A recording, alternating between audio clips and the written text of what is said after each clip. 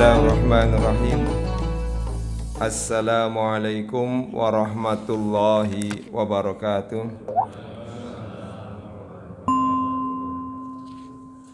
Alhamdulillahi rabbil alamin, wal aqibatu lil muttaqin, wala udwana illa 'alal zalimin.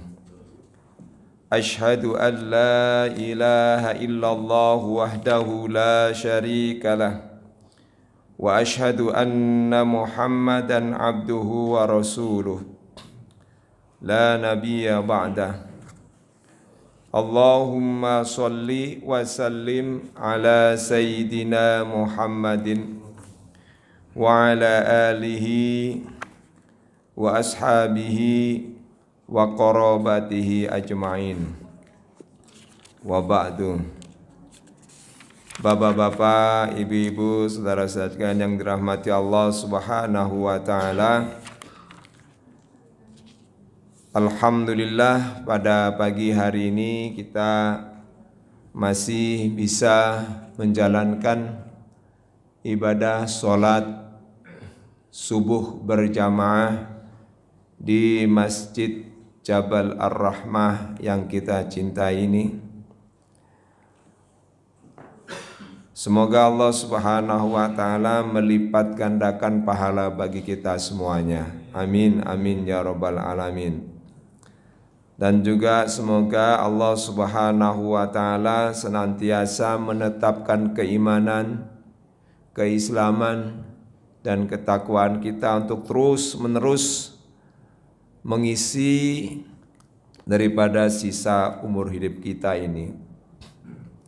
Dan alhamdulillah pula juga kita masih diberikan kesehatan, sehat walafiat jasmani rohani kita. Tentunya tanpa kesehatan, ya sehat walafiat jasmani rohani, barangkali kita akan agak sedikit ada gangguan kalau kita melakukan ibadah kepada Allah Subhanahu wa taala. Oleh karena itu patut kita syukuri segala kesehatan ini, ya, sehat walafiat jasmani rohani kita.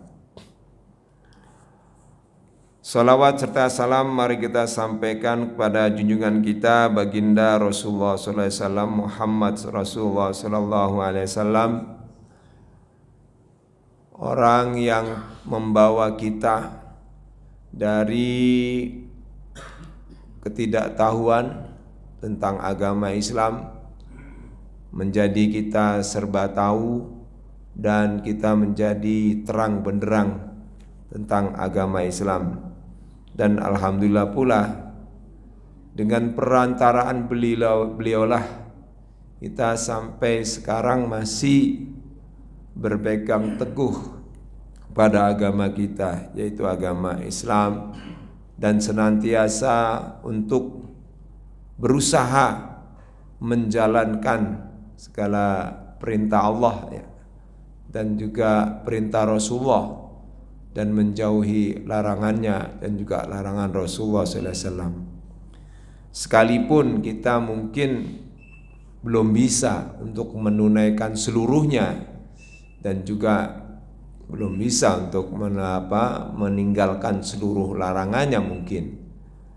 Namun tetap saja kita masih berusaha terus menerus sebagai satu langkah bukti bahwa kita bersyukur atas segala nikmat yang diberikan Allah Subhanahu wa taala, dan sebagai bukti juga pengabdian kita, penghambaan diri kita kepada Allah Subhanahu wa taala.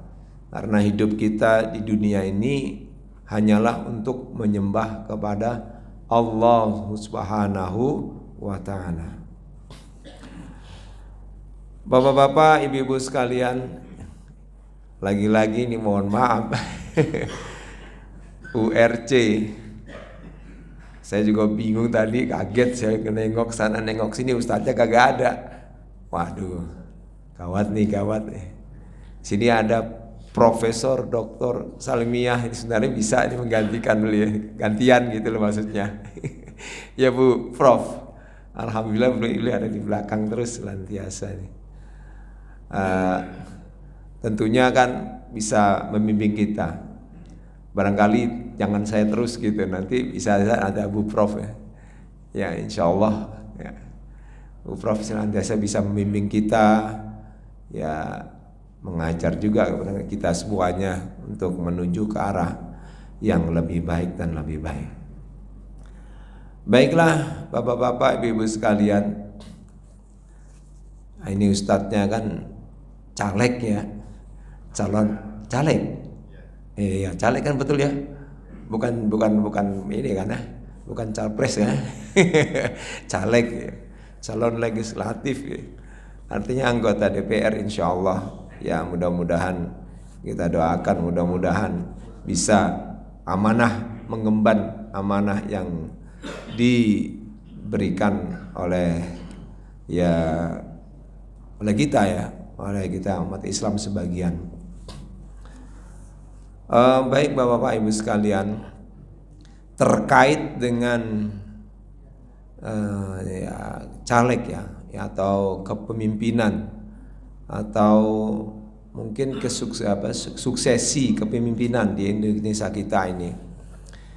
Kalau kita mengaca kepada Rasulullah Shallallahu Alaihi Wasallam, sosok pemimpin ya itu sudah ditampakkan ya sejak kecil ya, mulai dari kecil, remaja, ya dewasa awal, bahkan pada saat usia dewasa mantap pun Allah sudah ya tunjukkan.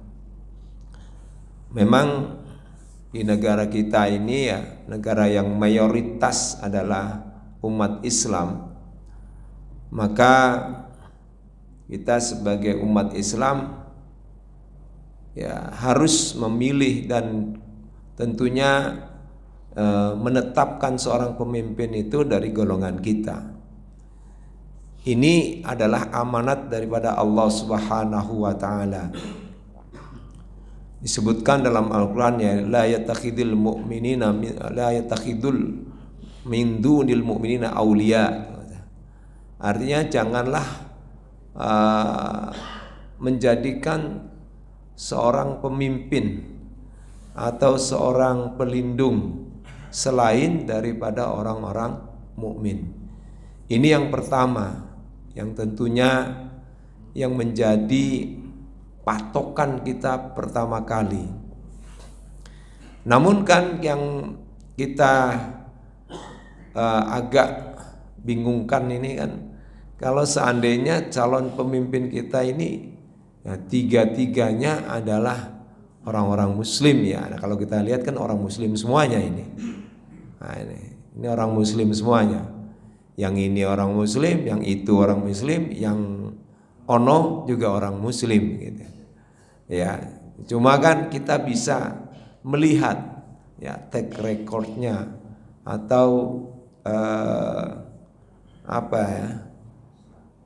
sejarahnya mulai dari kecil maupun sampai dewasa. Cuma memang agak membingungkan bagi kita karena pencerahan tentang sosok pemimpin yang baik itu di negara kita masih belum bisa mengena kepada seluruh umat Islam ya.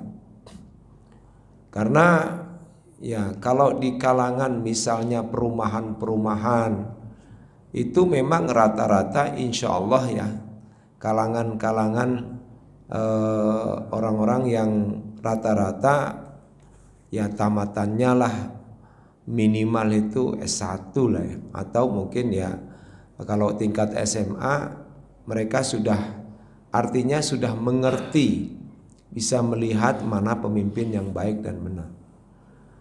Tapi yang agak susah itu ketika di tingkat yang paling bawah atau grassroots ya, di daerah-daerah, di tempat-tempat di perkampungan, memang agak susah.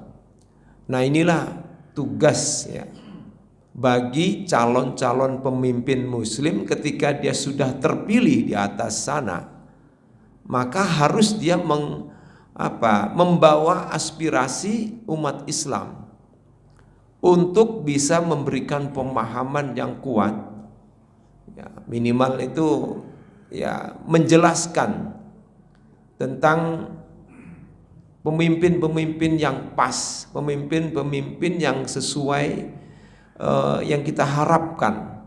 Artinya pemimpin yang benar-benar insya Allah nanti ke depannya itu diridhoi oleh Allah Subhanahu wa ta'ala. Dalam Al-Quran memang tidak dijelaskan ya apakah dia maksudnya dalam arti pemimpin-pemimpin dari kalangan manakah gitu. Dari kalangan manakah tidak dijelaskan di situ. Yang jelas pokoknya disebutkan ya orang-orang mukmin. Dan kemudian yang paling pokok ya di dalam Al-Qur'an itu dijelaskan atau bentuknya juga tidak dijelaskan. Apakah itu republika, apakah monarkika, apakah kerajaan. Kalau kita melihat dari sejarah para nabi, rata-rata kebanyakan adalah kerajaan ya atau monarki. Nah, artinya dan pada saat ini saja kita bisa melihat gitu ya, negara-negara yang dilatar belakangi atau bentuknya itu kerajaan kayaknya tidak banyak masalah ya. Kayaknya tidak banyak masalah. Artinya karena memang ya kekuasaannya itu absolut ya. Sehingga tidak karena absolut sehingga banyak rakyat yang kadang-kadang kurang berani atau kurang tampak ya keberanian untuk merubah itu. Tapi justru kalau kita mengaca ya pada saat ini negara-negara besar yang seperti negara Inggris yang berlatar belakangan kerajaan, terus negara-negara yang dijajah oleh Inggris ya, oleh kerajaan Inggris. Nah, ini maksud saya kok kayaknya kelihatannya ya aman-aman saja, tidak terjadi pergolakan. Walaupun ada juga sebenarnya sih dari kalangan-kalangan kelompok tertentu, misalnya itu seperti kayak di Inggris kan ada juga ya yang disebut dengan tentara Irlandia Utara, itu juga termasuk yang berontak juga ya. Nah, yang jelas di dalam Al-Quran itu disebutkan bahwa kepemimpinan itu harus membawa satu yang pertama keadilan ya, artinya keadilan. Wa idza hakamtum bainan nasi ya hakamtum bainan nasi ya disebutkan di situ bil adli ya. Kalau dia menegakkan suatu hukum hendaklah ditegakkanlah dengan suatu keadilan atau i'dilu huwa aqrabu littaqwa. Ya, tegakkanlah perbuatan adil itu karena itu mendekatkan pada ketakwaan. Memang kalau kita melihat di dalam Al-Quran itu hanya disebutkan keadilan dan kemudian juga musyawarah, hanya pokok-pokok itu aja, keadilan, musyawarah, dan kemudian juga ya di situ disebutkan juga kecakapan. Ini penting. Kita bisa melihat sebenarnya sih dari sosok seorang Rasulullah Shallallahu Alaihi Wasallam. Dari semenjak dia dilahirkan saja, itu saja sudah tampak ya benih-benih kepemimpinan Rasulullah Shallallahu Alaihi Wasallam. Dalam beberapa literatur misalnya, dalam misalnya Sirah Nabawiyah atau dalam tulisan-tulisan seperti pujian-pujian kepada Rasulullah itu di dalam bisa kitab Perjanji, Ad-Dibai, Al-Azab itu disebutkan saat kelahiran beliau itu membuat kemudian banyak hal gitu ya, menunjukkan bahwa beliau adalah pemimpin atau seorang nabi yang terakhir yang didambakan oleh umat manusia, yang juga pada saat itu orang-orang Yahudi dan Nasrani juga sedang mencari-cari siapakah nabi yang terakhir itu, di akhir zaman itu. Harapan mereka adalah dari kelompok mereka. Akan tetapi ternyata lahirlah seorang nabi yang dari bukan kelompok mereka, tapi masih ya satu ya saudara, dalam arti kalau dilihat dari keturunan Nabi Ibrahim alaihissalam. Dari keturunan Nabi Ishak itu banyak turun para nabi-nabi, ya, tapi dari keturunan Nabi Ismail ya itu tidak banyak diketahui. Ya, langsung saja dari Nabi Ismail itu langsung sampai kepada Nabi kita Muhammad Sallallahu Alaihi Wasallam. Dan saat kelahiran beliau saja, itu saja pada saat itu paman beliau yang bernama Abu Lahab itu sangat senang dan bahagia, senang ya. Dan sampai-sampai dia kemudian melepaskan budaknya yang bernama, atau membebaskan budaknya yang bernama Suwaibah Aslamiyah. Ini menunjukkan ya keberadaan daripada Nabi Muhammad SAW ini calon pemimpin yang luar biasa. Ketika dia sudah besar pun, ya artinya masih anak-anak gitu, itu saja ada satu riwayat cerita Nabi kita Muhammad SAW ketika dalam asuhan Halimah Sa'diyah, ya, dengan bermain-main dengan putranya Halimatus Sa'diyah, ya, itu Nabi kita Muhammad SAW juga mendapatkan satu peristiwa yang tentunya membuat Halimah Sa'diyah itu menjadi takut. Saking khawatirnya, takut ini anak kok kayaknya ada usaha-usaha, kayaknya ada orang yang ingin melukai atau menjahati dia gitu.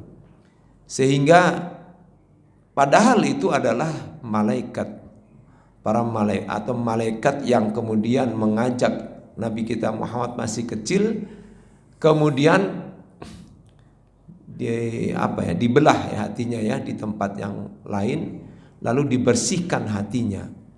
Artinya dibersihkan hatinya ini sehingga di dalam hatinya itu hilang rasa-rasa ya kebencian, hasud atau iri hati, dengki dan lain sebagainya.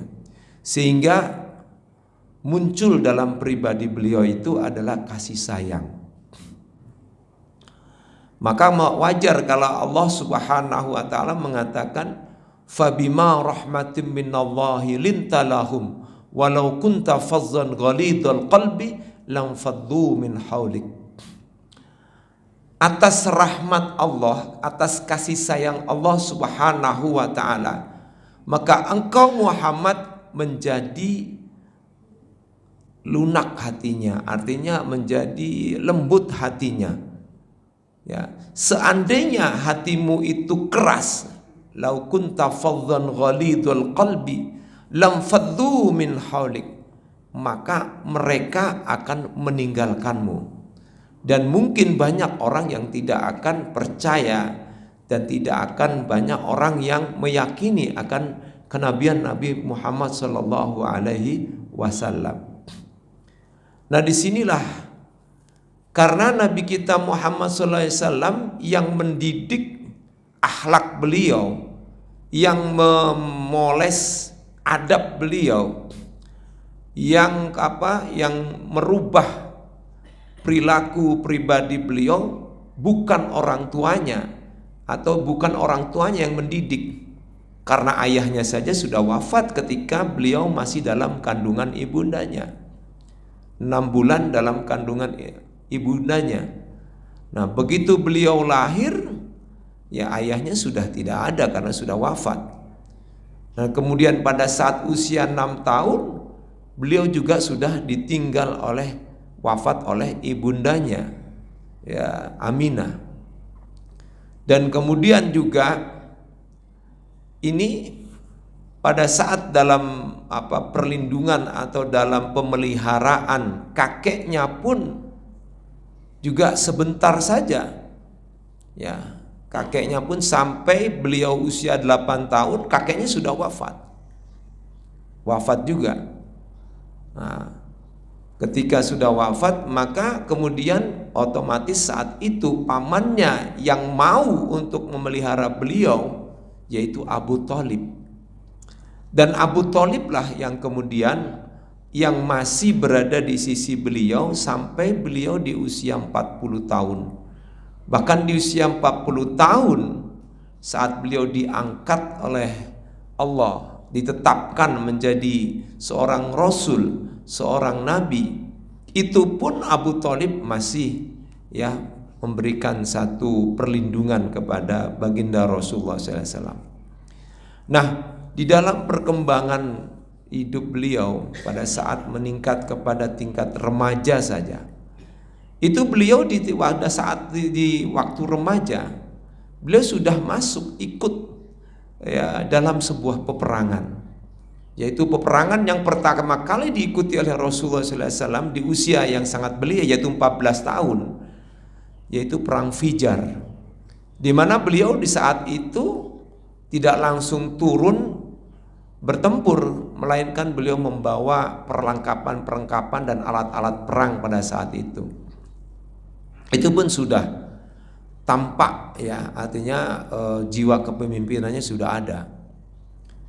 Nah, kemudian di usia 30 tahunan saat itu ketika pada saat ya beliau saat pada peristiwa ketika renovasi Ka'bah, itu usia sekitar 30-an tahun.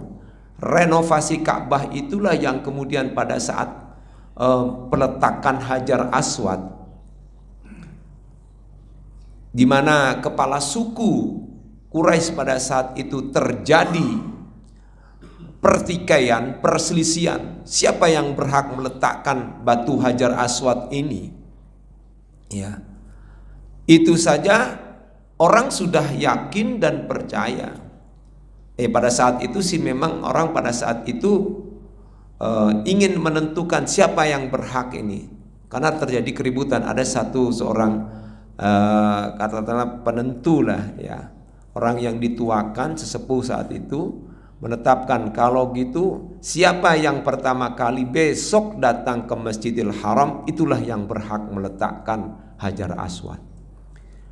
Ternyata yang datang pertama kali adalah baginda Rasulullah Muhammad sallallahu alaihi wasallam. Beliau belum diangkat menjadi nabi. Dan saat itulah kecerdasan Nabi Muhammad sallallahu alaihi wasallam muncul. Ya. Walaupun Nabi kita Muhammad sallallahu alaihi wasallam seorang ummi itu artinya tidak bisa baca tulis, tapi bukan berarti dia bodoh, bukan berarti dia tidak cerdas. Ketika meletakkan Hajar Aswad saja, pikirannya begitu cerdas. Diambilnya sorban, ya, atau kain gitulah. Lalu diletakkannya batu Hajar Aswad itu di sorban, dan kemudian semua kepala suku itu disuruh megang ujungnya masing-masing. Lalu kemudian diangkat ketika dia sudah ditunjuk menjadi orang yang penengah, yaitu baginda Rasulullah. Lalu kemudian dibawalah ke dekat Ka'bah, dan pada saat itulah kemudian yang mengangkat, karena yang pada saat itu yang berhak, yang orang pertama kali datang ke Masjidil Haram yang mengangkat adalah baginda Nabi Muhammad SAW. Itu sungguh luar biasa tampak kecerdasannya. Nah, oleh karena itulah tentunya riwayat track record masa belakang atau sebelum dia untuk ditetapkan menjadi pemimpin itu penting untuk melihat itu. Nah, kita kembali kepada Rasulullah SAW. Pada saat beliau, memang beliau katakanlah di awal pertanyaan itu menjadi seorang yang soleh lah ya, soleh.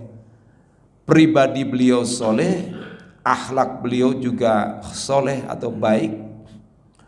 Nah, pada saat beliau sudah ditetapkan oleh Allah di usia 40 tahun, di usia yang sangat stabil, ya disebutkan dalam Al-Quran usia 40 itu ya artinya usia di mana kita ya usia yang kita harus banyak bersyukur kepada Allah Subhanahu wa taala.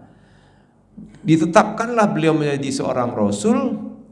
Nah, pada saat itu ketika pengalaman beliau di dalam Gua Hira di usia 40 tahun itu, dan pengalaman dia kemudian bertemu dengan malaikat Jibril yang kemudian diperintahkan oleh malaikat Jibril memerintahkan sesuai dengan perintah Allah, Iqra, Iqra, Iqra. Ya, bacalah, bacalah, bacalah. Nah, kemudian Nabi mengatakan ma ana biqari. Nah, kata-kata ma ana biqari bisa artinya aku tidak bisa membaca, bisa artinya apa yang saya harus baca, gitu. Apa yang harus saya baca? Ya, nah ini ada juga yang mengartikan apa yang harus saya baca, bukan berarti saya tidak bisa membaca, tapi apa yang harus saya baca. Ma ana biqari. Karena makna ummi bisa juga berarti bukan hanya tidak bisa baca tulis, tapi ummi bisa juga berarti induk, pokok. Artinya bahwa kelak negeri Mekah ini menjadi induknya keluarnya agama Islam. Nah, induk pokok disitulah ya berangkatnya agama Islam dan menyebarnya mulainya agama Islam dari Masjidil Haram yang kemudian menyebar ke Madinah, menyebar ke negeri-negeri tetangga, dan akhirnya sampailah ke negeri kita, negeri Indonesia ini. Nah, tentunya cocok artinya ya seorang pemimpin seperti baginda Rasulullah SAW. Pada saat beliau ditetapkan itu, nah ketika wahyu pertama, lalu kemudian turunlah wahyu yang kedua. Saat beliau itu sudah ketakutan, beliau menggigil, mintalah kemudian beliau diselimuti oleh Khadijah, istri beliau. Nah, ini Khadijah istri beliau. Kalau misalnya beliau menikah dengan Khadijah di usia 25 tahun, pada saat itu kalau Rasulullah 40 tahun berarti Rasulullah Khadijah usianya udah berapa itu? Kalau 15 tahun bedanya ya antara usia Rasulullah itu misalnya. Ya katakanlah berarti 40 berarti 55. Ya, Rasulullah 40, Khadijah 55. Ya sudah mau mendekati ya saat-saat menopause ya. Ya artinya 55 itu kalau secara klinis kedokteran itu dia 55, 50-an itu kan udah mendekati menopause ya. Artinya sudah ya agak tua lah, tapi belum tua-tua banget ya 55. Ini saya 56. Belum tua-tua banget lah. 55 ya. Nah, artinya luar biasa. Khadijah menjadi seorang pelindung saat itu, memberikan selimut kepada baginda Rasulullah SAW. Ya artinya minta diselimuti, zammiluni, zammiluni, selimutilah aku, zammiluni. Ya, pada saat beliau sudah dalam posisi tidak tidur sih sebenarnya karena menggigil kayak rasa ketakutan, ada pengalaman yang luar biasa. Pertama kali dia dipeluk oleh malaikat Jibril, kemudian dia dikatakan Iqra, Iqra. Sungguh luar biasa ya. Mengapa Allah turunkan wahyu yang pertama isinya adalah bacalah, perintah membaca. Diteruskan sampai ayat ke-5, Iqra, Iqra bismi rabbikal ladzi khalaq. Bacalah dengan nama Tuhanmu yang telah menciptakan. Ya, Iqra bismi rabbikal ladzi khalaq, khalaqal insana min 'alaq, yaitu dialah yang menciptakan manusia dari segumpal darah. Ya, khalaqal insana min 'alaq. Iqra wa rabbukal akram. Bacalah dengan nama Tuhanmu yang maha mulia. Iqra wa rabbukal akram alladzi 'allama bil qalam, yang mengajarkan dengan perantaraan kalam. Kalam di sini bisa artinya pena, kalam bisa artinya sesuatu yang tertulis. Nah, ini menunjukkan bahwa kita umat Islam sebagai umatnya Nabi Muhammad SAW, ya, yang pertama tugas kita adalah harus dari waktu ke waktu adalah membaca. Yang pertama kali ya membaca Al-Quran. Tidak berhenti sampai di situ, tidak hanya membaca Al-Quran. Dengan membaca Al-Quran kita harus bisa menemukan yaitu kebesaran Allah Subhanahu wa ta'ala.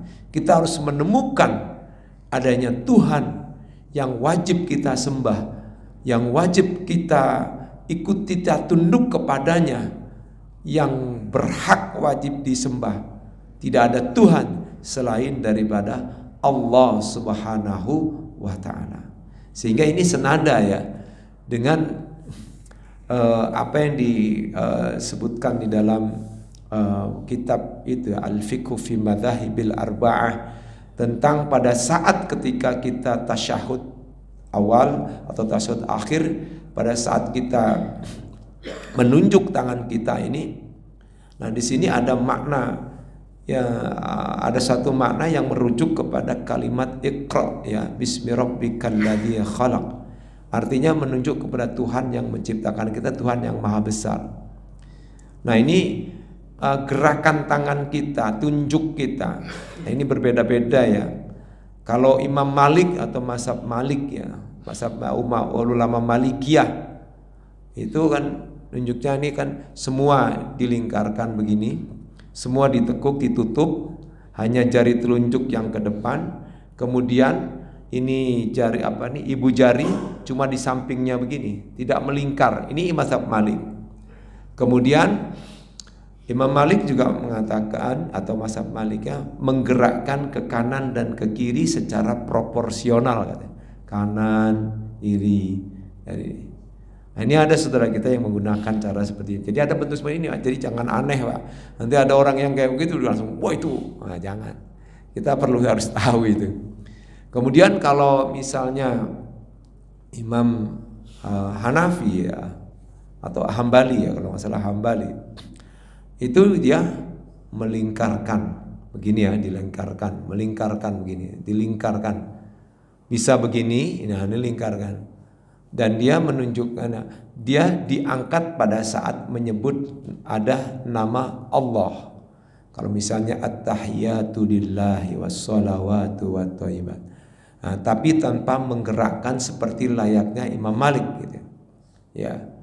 Kalau Imam Asy-Syafi'i, kalau Imam Asy-Syafi'i, nah itu mengangkat telunjuknya itu, jadi semuanya itu jari ini kelingking, jari tengah itu melingkar juga sama sebenarnya, dan ini kemudian juga melingkar juga begini, dan mengangkatnya pada saat kalau mazhab Syafi'iyah sampai mengucapkan ketika kata illallah. Jadi asyhadu alla ilaha illallah. Nah, ini ngangkat.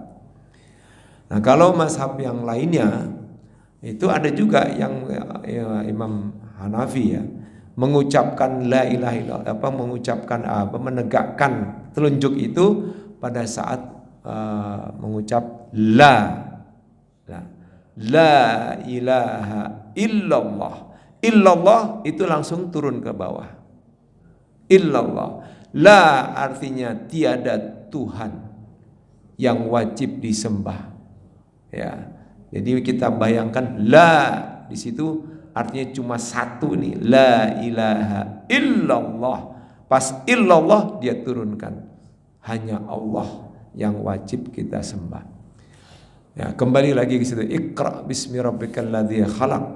Nah, kata Iqra diulang-ulang berkali-kali menunjukkan ini dalam metode cara untuk mengajarkan itu Al-Qur'an.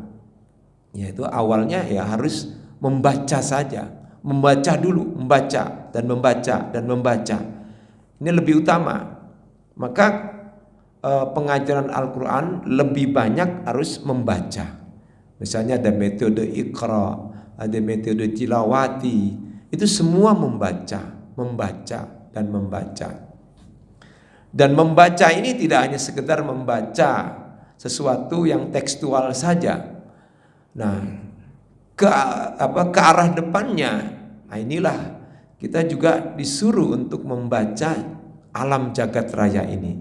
Disuruh untuk membaca gejala sosial, disuruh untuk membaca ya semua yang ada di sekitar kita. Itu pun juga sama. Tetapi tetap saja membaca ini untuk diarahkan untuk ketemu dengan Allah Subhanahu wa ta'ala yang menciptakan kita. Sungguh luar biasa. Nabi kita ini seorang calon pemimpin saat itu dan seorang nabi yang sudah ditunjuk oleh Allah Subhanahu wa taala, yang kemudian turun wahyu yang pertama isinya tentang membaca. Nah, inilah kemudian akhirnya ya kitab Al-Qur'an ini menjadilah satu mukjizat yang tidak pernah lekang, tidak pernah hilang. Kalau mukjizat-mukjizat yang lainnya, misalnya mukjizat Rasulullah membelah bulan, misalnya mengeluarkan air dari jemari-jemari Rasulullah, itu semua hilang. Ya, seperti mukjizat-mukjizat nabi-nabi terdahulu itu hilang semuanya, bekasnya tidak ada. Tongkatnya Musa misalnya, ya sampai sekarang tongkatnya Musa udah ketemu belum? Mungkin sudah nggak ada. Ya artinya yang dijumpai hanya kejadian misalnya jasad Fir'aun misalnya. Ya itu memang disebutkan ya di dalam Al-Quran surat Yunus ya. Karena Allah sendiri mengatakan wa nunajjihi bibadanika. Kami selamatkan hai Fir'aun badanmu, tetapi nyawanya tidak.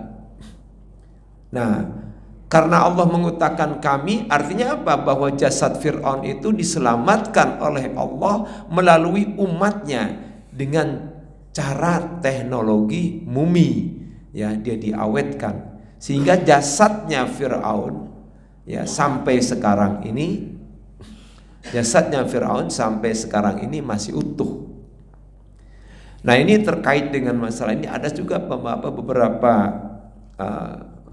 pandangan ya atau pendapat yang mengatakan bahwa ya orang yang belum tentu katanya, orang yang tubuhnya orang yang sudah meninggal terus tubuhnya tidak hancur, belum tentu itu sebagaimana orang yang baik gitu.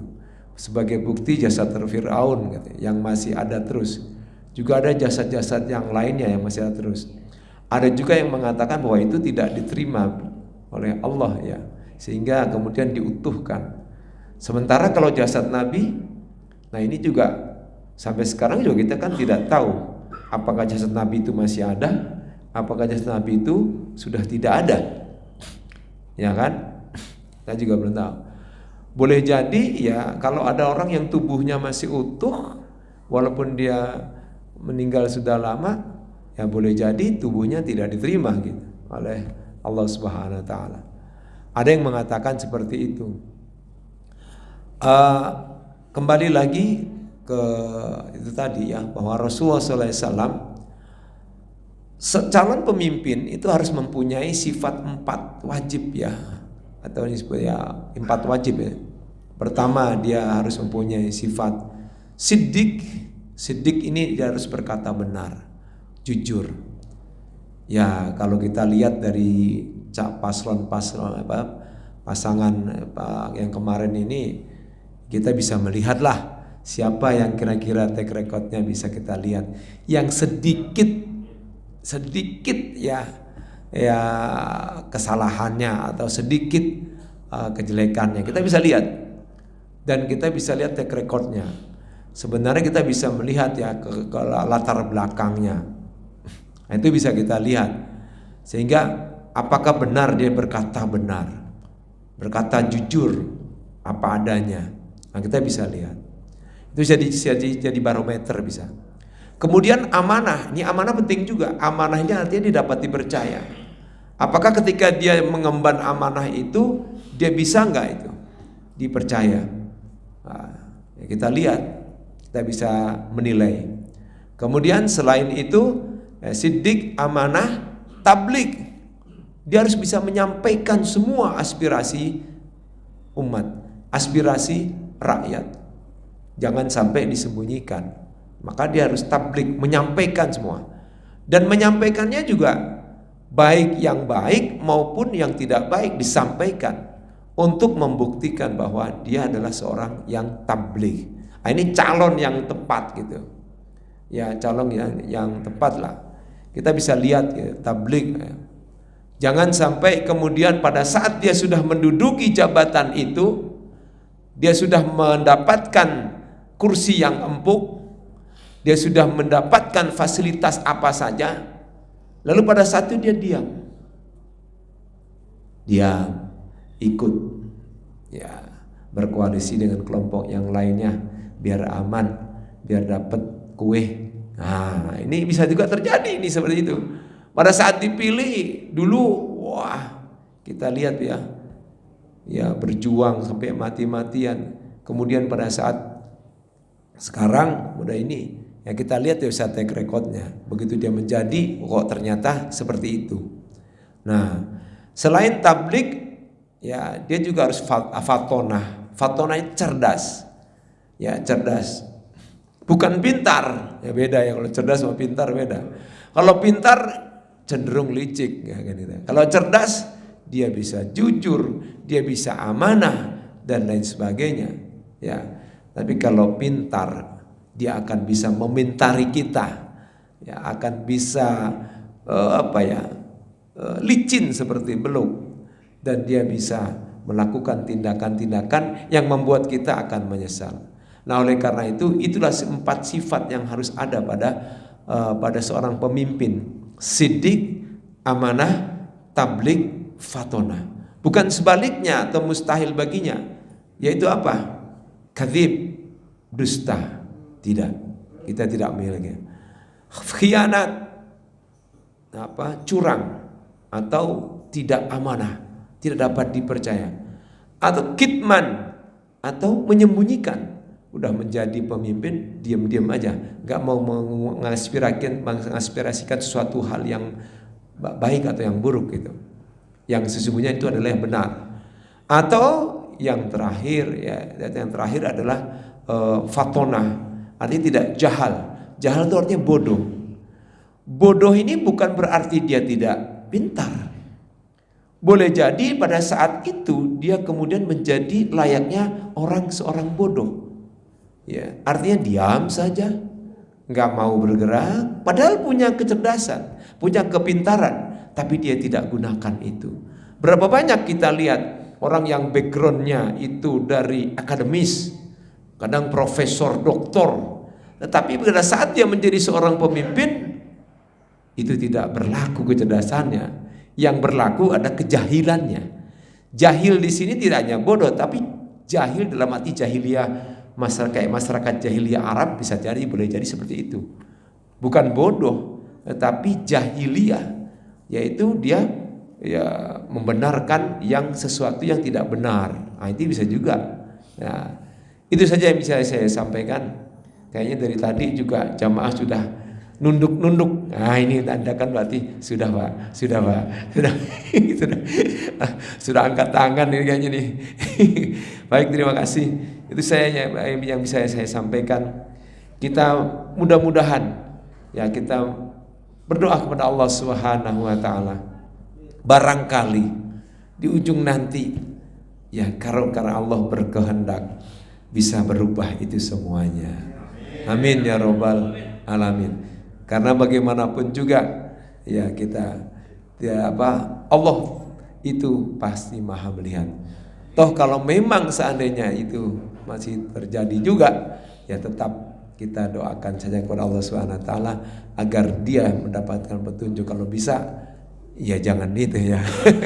Terima kasih, kurang lebihnya wabillahi taufiq wal hidayah. Wassalamualaikum warahmatullahi wabarakatuh.